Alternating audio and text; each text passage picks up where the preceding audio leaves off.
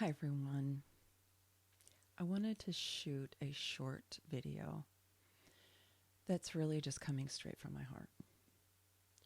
That is sharing with you about my own process, my own perspectives, my own awareness here after the election in the United States. And I hope that this could provide some solace for you and maybe some comfort, maybe some inspiration. I would say there's a very large portion of us here in the United States that have felt that our two-party system is inadequate and that it's entrenched, and that, in fact, the two major parties have a lot more in common than they have that differentiates them. And that, yes, there's huge differences, particularly around social issues and the protection of human rights. Absolutely. But there's still warmongering, right, going on. And there are still a lot of systems that are harmful to our planet that are still being supported by both parties in different ways. So I'm not here to talk about the parties or to talk about all that. I'm just want to say that I'm one of the people, and I think that there's many of us who are frustrated, feeling like we don't really have a choice that we feel really good about. You know, I voted for Kamala Harris, absolutely. I did, because the social issues are really important to me. And the defense of human rights is really important to me. And so, yeah, I did that. But I did it recognizing that our system really needs to change. And the thing is that it's going to change. If we step back and look at the astrology, the astronomy, the human design, we are changing.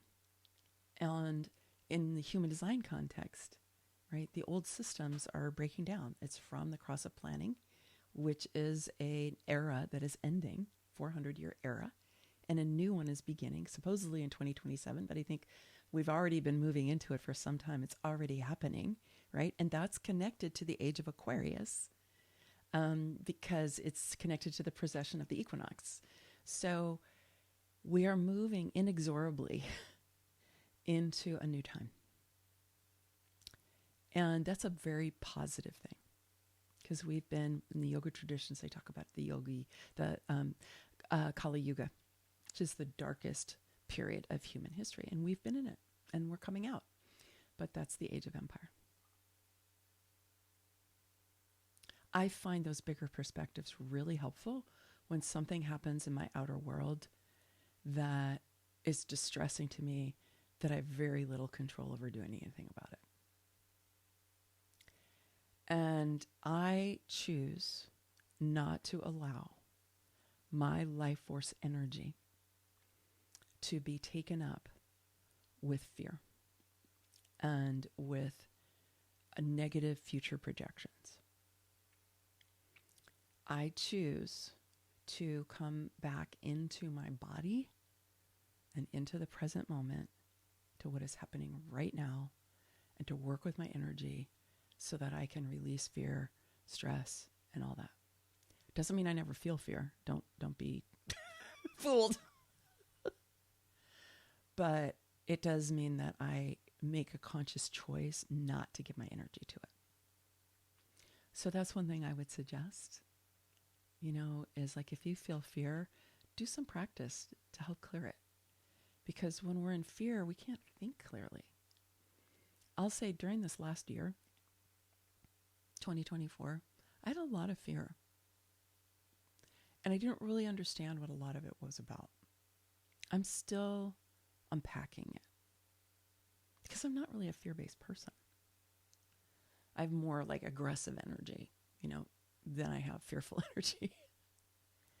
Yeah, I'm more of an aggressive type, depending on what system you're looking at. But so for me to go into fear is pretty unusual. But now I'm thinking that happening was getting me ready for right now, because I've developed ways of working with that fear, and I've cleared out a lot of fear from other lives and from my ancestry. And other lives, the fear was still really strong. And I used Pluto moving into Aquarius purposefully to be excavating and releasing fear from other lives out of my subconscious. So that's something we can all do, is just continue to release fear. But the other thing that I want to share with you is through the process of doing what I just described, I got a really strong message from my divine self, just my inner being, my soul aspect, that my life is about spiritual growth, not about achievement. My number one purpose of my life is spiritual growth, not achievement. And I realized that there has been a driver for me around achievement. For sure. I have an Aries sun, which definitely likes to make stuff happen. And my moon is in the gate 54. So the moon is what drives you, and the 54 is ambition. So I've always had this drive. And while I have achieved a lot, I've got a PhD, I've published 2 books, I've created different communities over the years, I've influenced, I don't even know, tens of thousands of people through my YouTube videos, through my online courses, through all the things I've been creating over the last 20 years. I've done all that, right? But there's a place in me that's kind of never been satisfied. And it's egoic. I'm really kind of going, wow, I think that's driven by ego.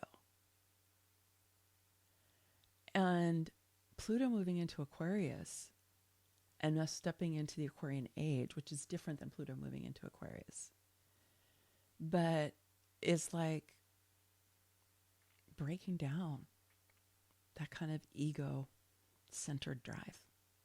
And I didn't really think of myself that way. But it's true. After all, I'm a human being. I have an ego. The question is, how strong is it? How distorted is it? And does it fall into shadow? Which in my cosmology means that we use what power we have to control and manipulate things outside of ourselves, people, situations, circumstances, in order to gain power for ourselves or to feel more safe. It's shadow. People are doing it all over the planet right now. We can see it all over social media. It's happening all over the place, right? That's shadow. And when we can get really in touch with our spirit aspect, and we can live from that place, then our perspective changes. And mine has really changed in this last year.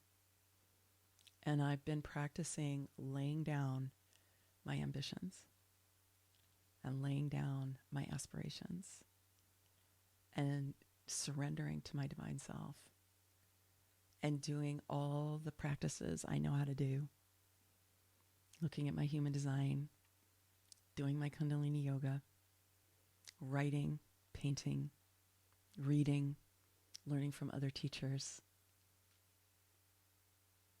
so that however I'm contributing, I am releasing as much as I can any ego drive that was a part of it, while still being able to be in service. Because my life has been about service, and it will continue to be.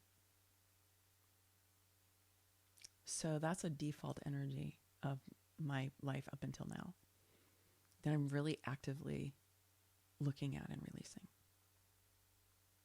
And that gives me solace to really kind of see my attachments, my investments, and to see the way that I could be manipulated earlier in my life through the need for recognition. There's a number of different situations I look at in my life and I go, wow, I was really manipulated by other people because I had that need. Happens with Open Will Center, or can.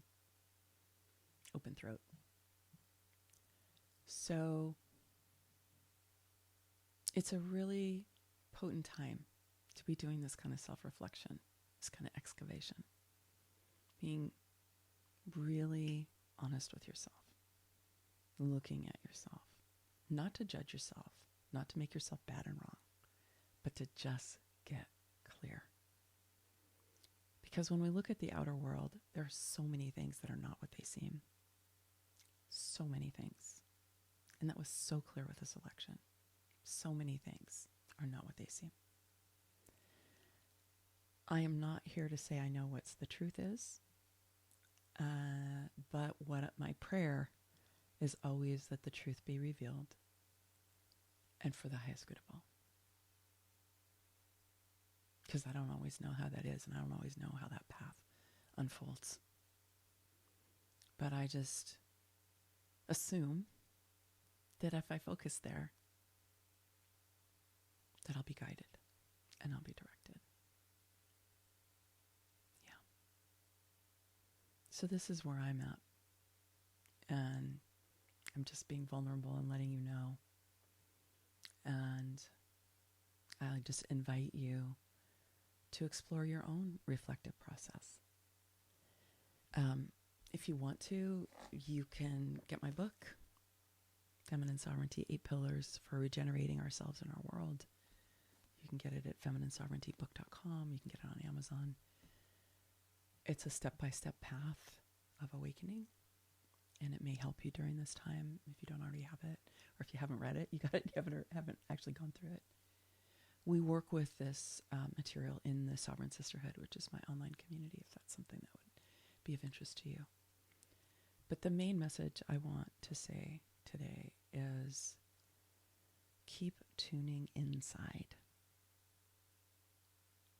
Really pay attention to what you look at or you give your attention to that's in the outer world. Be discerning. Know that not everything is as it seems. And grow your inner power, which is what the first 4 pillars of feminine sovereignty about. It's about growing our inner power, growing our personal sovereignty, so that then we can spiral out into the world with other people and communicate clearly, compassionately, in ways that connect.